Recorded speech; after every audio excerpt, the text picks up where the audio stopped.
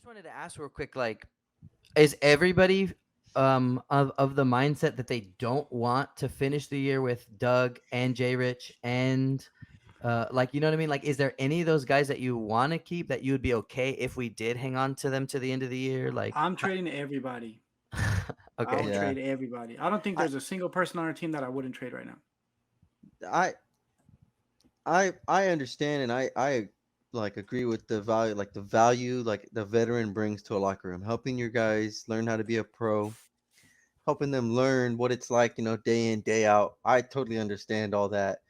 I just it's just hard to like see the direction this team is going and to see those guys take minutes from like a lot of young guys who can grow on this team.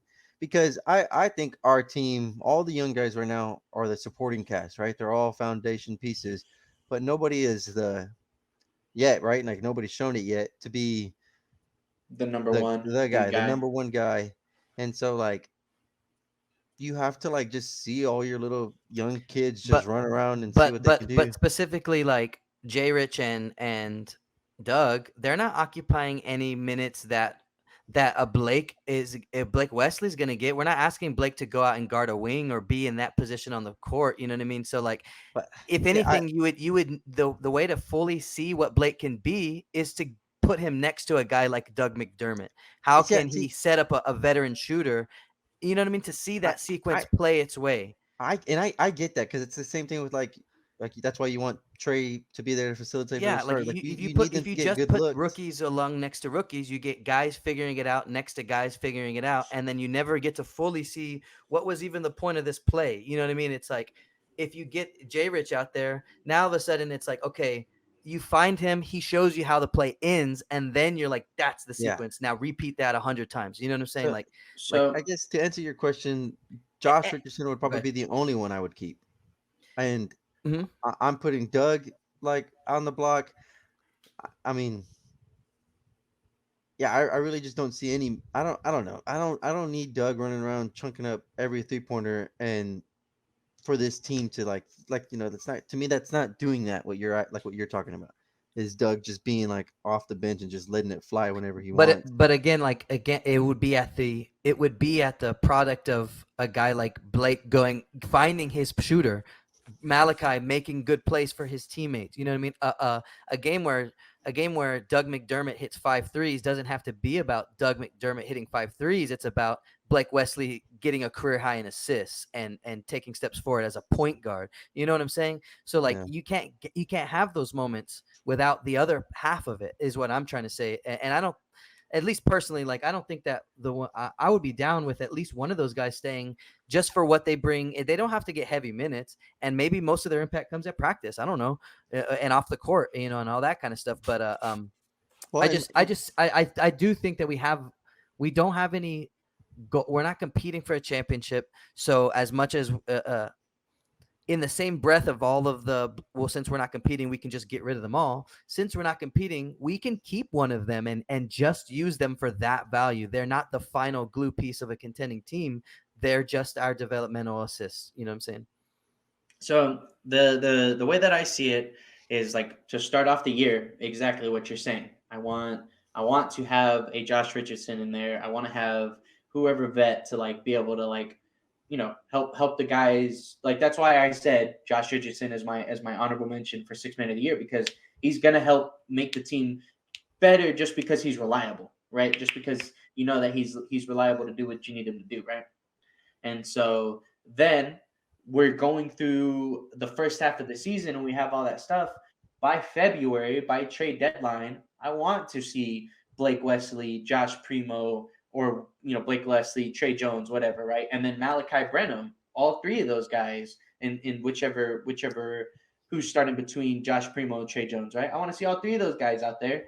And that means getting Josh Richardson and Doug McDermott out of there. Like you need to have that one spot filled. You would want to see Well, a scenario where Blake, Malachi, and Josh Primo are all playing on the same court at the same time, all three of them. as my second unit, yes, like that because at that point for me it's like Who defends the wing at that either in either that? or of Branham. Honestly, like because I understand that you're you're very keyed in on having positions, right? For me, I'm gearing towards. It's not even that I have it. It's that the taller player is not going to be the one running the point guard position. He's going to be the So wing. That's why. so my gear though is that positionless basketball being the way it is. Brenham's not your point guard, but Wesley and Primo are your two guards, and then honestly, whoever on the defensive end, whoever you want on the defensive end to guard. You don't consider 1 through Blake a 3. point guard? No, I said Blake. Did I say Blake? I meant to say Brenham. Brenham is not your point guard. Brenham is the only person that's not your point guard. Primo and Blake can be point guards, right? So okay. So yes, I do consider Blake as like in a lineup like that. I defensively, I would have Primo at the 2, like Yeah, Blake and one. Blake, I would put Blake at the Primo at 2. 1, Primo at the 2, and Brennan. And so yeah, like I mean, I'm just saying like it doesn't really matter to me. It doesn't really matter who's guarding who because I feel like as positionless as it can get, like you're just letting all three of those guys just go out and guard the 3 quote unquote shortest people on the court, right? And I think that Brenham, Primo, and Blake Wesley, or for the most part, Blake Wesley and Primo, have shown defensive, like upside. Brenham a little less, right? Like he's got stuff to work on.